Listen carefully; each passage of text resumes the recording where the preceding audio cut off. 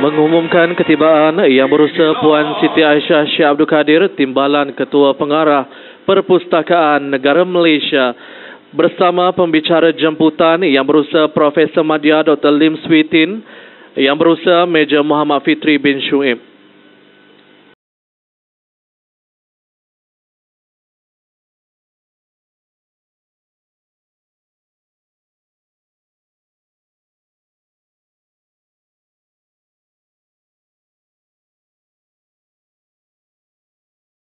Sesi kedua ini kita akan bersama dengan pembicara kedua kita, iaitu Yang Berusaha Major Muhammad Fitri Shuib daripada Angkatan Tentera Malaysia. Dan sebelum saya menjemput beliau untuk berbicara, kita saksikan dulu sedikit VT ini. Kita saksikan di hadapan pentas.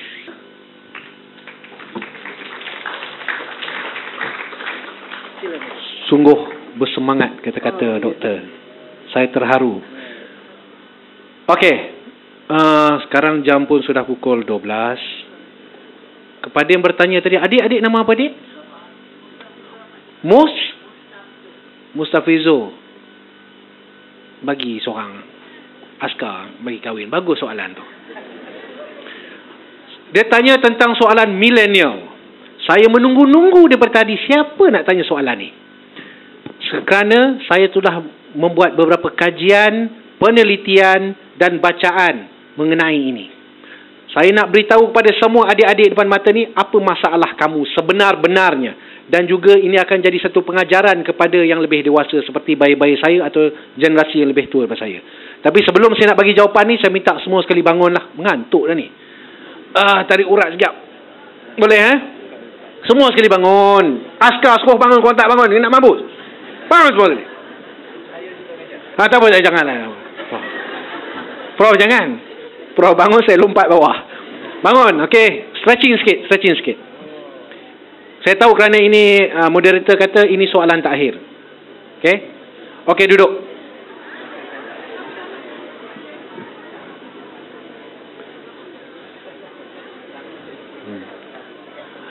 Okey. Bismillah. Adik-adik, tuan-tuan dan puan-puan. Persoalan mengenai generasi milenial. Apa itu generasi milenial? Generasi milenial adalah orang ataupun generasi yang lahir selepas lebih kurang 1985. Okey? 86, 87, 88, 89 sampai sekarang. Itu generasi milenial. Mereka ini dituduh pemalas, tidak fokus, betul, nak kerja senang, tak susah nak dengar kata, betul tak betul adik-adik? Saya tahu. Lepas tu suka ambil mudah, mereka selalu dituduh begitu. Kemudian datang pula orang-orang politik yang cerdik-cerdik pandai, pergi tanya mereka, apa yang kamu nak? Lepas tu mereka pun jawablah, kami nak tol percuma, kami nak kerja percuma, kami nak tempat duduk selesa, kami nak asrama 10 tingkat, kami nak itu, kami nak ini. Yang bestnya, yang seronoknya, generasi kita ni, bagi pula kat mereka. Bagi apa mereka nak, kita bagi. Yang peliknya, mereka tetap rasa tak puas hati. Mereka tetap rasa, tetap rasa tak betul. Kenapa jadi begitu? Sebab mereka rasa di dalam hati mereka ada benda yang tidak lengkap. Adik-adik tolong catat ini. Ada 3 perkara penting yang sedang berlaku pada kamu. Inilah masalah kamu sebenarnya. Orang selalu tanya, apa masalah dengan generasi sekarang ni? Saya jawab sekarang. Inilah masalah generasi sekarang. Pertama, ibu bapa. Dengar betul-betul. Okey. Saya tak salahkan semua ibu bapa, tapi saya salahkan strategi keibu-bapaan. Kenapa saya kata begitu? Kerana generasi ni yang kamu tengok ni, mereka diajar kalau dapat kelas yang paling corot pun tak apa. Mereka diajar, jangan risau, kamu tetap yang terbaik. Mereka diajar, masuk je pertandingan, dapat hadiah.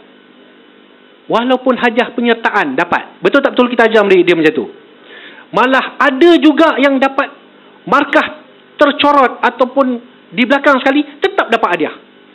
Secara sainsnya, itu sudah melanggar hukum untuk reward ataupun hadiah. Kita yang ajar mereka begitu. Kemudian, mereka masuk kelas yang bagus. Bukan kerana mereka bagus, tapi mak bapak telefon, cikgu, masukkan anak saya ke kelas yang bagus, cikgu. Saya ni orang besar. Ataupun mereka ni dapat A. Oh, dapat keputusan A sana, B. Betul tak? Walaupun mereka tak layak dapat pun A. Tetapi kerana cikgu-cikgu malas nak bertekak dengan ibu bapa. Itu yang berlaku sekarang. Jadi, apa yang berlaku selepas tu? Orang yang kerja keras dalam golongan generasi milenial ni, mereka tak rasa dihargai. Orang yang malas berusaha, mereka rasa tak apa, semua okey. Inilah masalah generasi dia. Tunggu kejap, ada lagi. Inilah yang perkara yang membunuh jati diri mereka.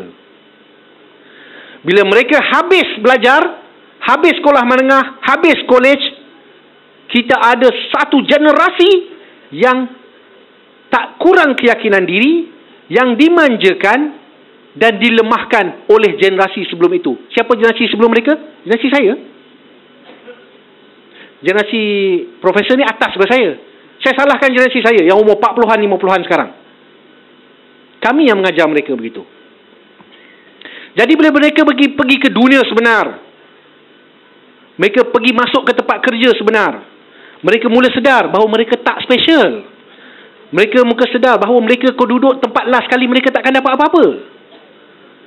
Mereka mula sedar bahawa tak ada dah mak bapak nak tolong mereka.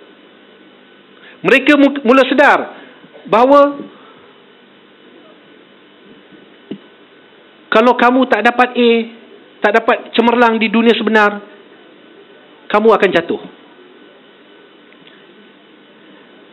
Itu masalah kamu yang pertama. Minta maaf bukan salah mereka. Dengar betul. Generasi milenium ni bukan salah mereka. Tak 100% salah mereka lah. Kita sebagai ibu bapa, salah kita. Salah strategi kita. Baik di sekolah ataupun di rumah. Betul. Yang kedua, teknologi. Tadi Prof dah sebut dah sikit. Sekarang ni zaman Facebook dan Instagram. Setiap seorang ni ada Facebook, ada Instagram. Okay? Dalam dunia Facebook dan Instagram, seperti mana yang tadi tanya saya ada 90,000 follower, saya sentiasa tunjuk bahawa saya okey. Segala-galanya okey. Segala-galanya cantik. Ni, yang adik-adik perempuan ni, tangkap gambar, letak Instagram, segala-galanya aman. Aku boleh selesaikan masalah dunia ni, tak ada masalah. Tapi yang sebenarnya tidak. Okay? Jadi bila generasi yang macam saya ni tanya pada mereka, adik, lepas ni kita nak buat apa? Tahu mereka jawab apa? Pakcik, kita buat macam ni pakcik. Tapi sebenarnya mereka tak tahu apa benda mereka cakapkan tu. Itu yang berlaku. Okey, dengar betul. Mengikut sains, setiap kali kita guna social media, badan kita akan mengeluarkan satu jenis kimia, iaitu dopamin. Tulis, dopamin. D-O-P-A-M-I-N-E. Dopamin. Okey. Ini dopamin ni ialah apabila kita dapat mesej, dapat mesej WhatsApp, kan, ataupun daripada siapa-siapa, kita rasa sedap. Rasa seronok. Okay? Jadi kerana dopamin inilah kita duk ulang-alik pergi ke Instagram kita, pergi ke Facebook, tengok jumlah like. Wih, orang tak cukup like aku ke? Aku ni ada buat salah kat orang ke? Bahaya tak bahaya dopamin ini? Saya nak terangkan kepada adik-adik sekalian. Dopamin ini adalah kimia yang sama yang dikeluarkan dalam badan kita setiap kali kamu merokok, setiap kali kamu hisap dadah, setiap kali kamu berjudi, setiap kali kamu minum arak. Kimia yang sama. Okay, dengar betul-betul. Kita ada had umur. Untuk nak main judi ada had umur. Nak minum arak ada had umur. Betul? Semua benda ada had umur. Tetapi social media ada had umur kan? Itu yang berlaku pada generasi milenial. Mereka ketagih dopamin. Mereka ketagih ada orang like. Mereka ketagih ada orang tu. Sebab itu bila mereka sedih, mereka ambil jalan mudah. Nak tahu apa dia mereka buat? Tak, mereka akan mesej pada semua kawan dia. Hai kau buat apa? Hai kau buat apa? Hai kau buat apa? Hai kau buat apa? Hai. Semua kawan dia mesej. Sebab bila mesej itu dibalas, mereka rasa, best. Mereka duduk di alam khayalan.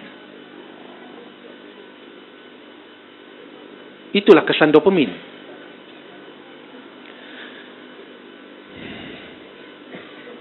Kalau kamu nak tengok seseorang yang ketagih kepada dadah dopamin ni, saya panggil dadah lah.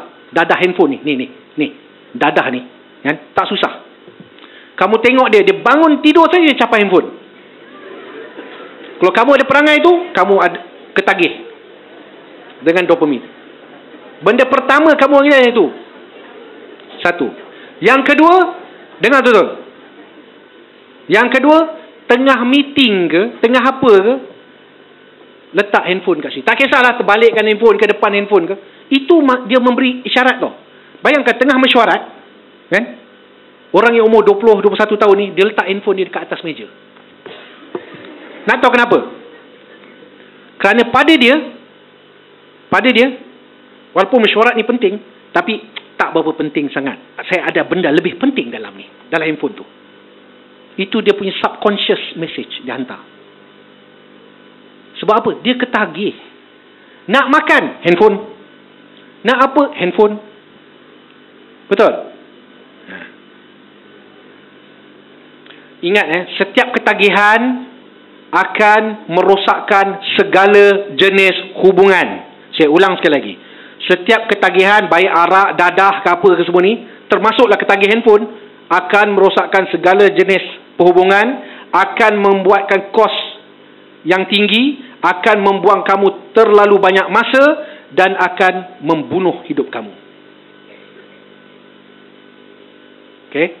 So, saya dah terangkan tadi. So, kita ada satu generasi yang dididik oleh mak ayah yang salah strategi, diberi pula dengan teknologi begini, kan? Dan mereka pun ketagih dengan benda begini, mereka jadi ketagih. Okay? Ditambah pula yang nombor 3. Masalah generasi milenial ni. Tidak sabar. Okay? Saya terangkan kenapa saya bagi tahu kenapa mereka tidak sabar. Mereka ni generasi mi segera. Nak makan, handphone, tekan sampai rumah. Nak shopping, tekan Shopee, Lazada, sampai rumah. Nak apa? Nak movie, tekan, tak payah tunggu berminggu-minggu dah. Ni, yang best ni, yang paling best. Nak bercinta, okay like, okay suka, okay jom. Macam tu je. Oh tak suka, buang. Application dating tu kan. Mereka ni, masalah mereka, tak pernah belajar kesabaran. Mereka tak pernah rasa bahawa, macam saya, zaman dulu, nak jumpa perempuan, nak minta nombor telefon. Dek. Dek dari mana? Mereka tak lalui zaman tu. Mereka tahu, like, betul. Ayang, hello, jom kita kenal. Hai awak, asal mana? Nombor telefon, jom. Itu je. Simple. Mereka tak lalui susah payah untuk mendapatkan nombor telefon, untuk berbicara. Sebab segala-galanya kat handphone. Mereka dah tak reti nak berkomunikasi depan-depan. Sebab itu kita tengok generasi ini waktu makan, 8 orang semua pegang handphone. Sepatutnya letak handphone, kita bercakap, kita berkomunikasi, kita memberi pendapat, membuka fikiran. Semua kat situ. Siapa yang ajar, minta maaf. Saya minta maaf sangat-sangat pada generasi sekarang. Kamu tak salah. Kami yang ajar. Generasi kami yang cipta handphone. Generasi kamu tak buat. Generasi saya yang mengajar kamu benda-benda ni. Jadi bila saya sedarkan kamu ni, tolong sedar sekarang. Dan tolong ajar generasi selepas ini. Jangan buat begitu. Okay, ada lagi. Pasal yang tidak sabar ni. Semua benda mereka boleh dapat cara handphone. Makan, minum, dating, betul tak? Kan? Tetapi ada dua benda yang mereka takkan dapat atau tidak ada application dalam Google Play ataupun tu iPhone apa tu, kan? Tak ada. Dua perkara ni mereka takkan dapat. Yang pertama, kepuasan kerja, dan yang kedua, mereka tak tahu apa itu kekuatan perhubungan. Ingat, untuk mendapatkan kepuasan dalam kerja, untuk mendapatkan kekuatan dalam hubungan, ia memerlukan masa, dia memerlukan proses yang panjang, dia memerlukan pengorbanan, dia kena memerlukan benda tu berjalan dengan perlahan.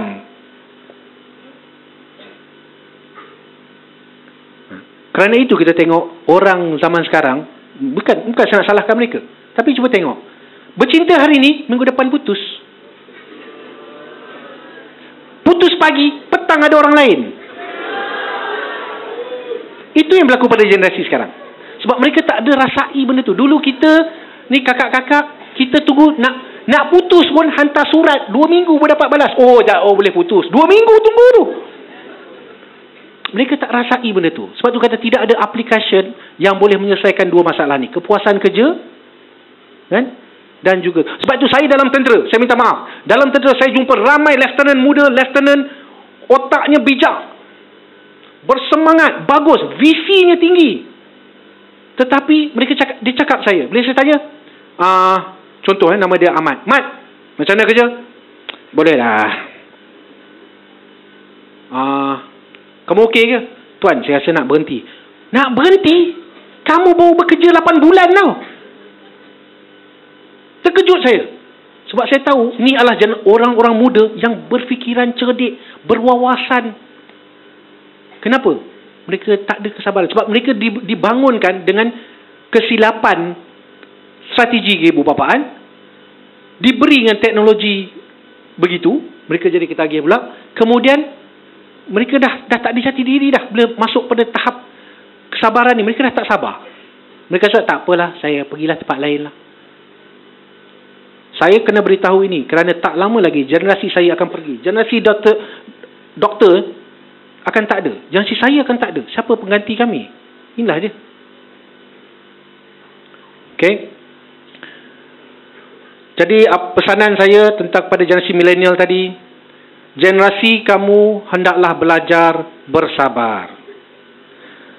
Dan hendaklah perkara-perkara belajar, iaitu perkara-perkara yang penting seperti cinta, kepuasan kerja, keseronokan, keyakinan diri dan segala-gala benda yang baik di dunia ini memerlukan masa yang lama.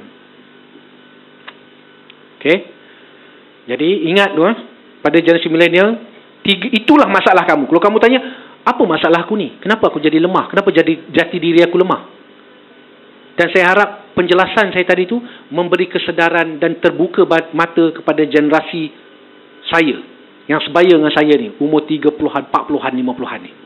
Okey? Tolong jangan buat silap lagi. Kalau tidak, mereka akan ketagih dopamin tu sampai bila-bila. Mereka akan dimanjakan sampai bila-bila, dan mereka takkan berjaya di dunia luar sampai bila-bila. Itu saja. Terima kasih Yang Maha. Mungkin kepada generasi milenial, kena ingatlah tip-tip tadi tu dengan hashtag sabar itu iman, hashtag sedar diri. Okey, nampaknya penjelasan tadi cukup untuk saya tutupkan soalan-soalan tuan-tuan dan puan-puan. Jadi saya sekali lagi mengucapkan ribuan terima kasih pada pembicara kita untuk Sembang Merdeka ADPM 2019 yang bersama Tuan Dr. Lim Sweetin dan Tuan Major Muhammad Fitri Syuib di atas kesudian bersama kita untuk menjayakan Sembang Merdeka ADPM pada hari ini, dan pastinya hadirin dan tuan-tuan dan puan-puan cukup berinformasi, mendapatkan manfaat daripada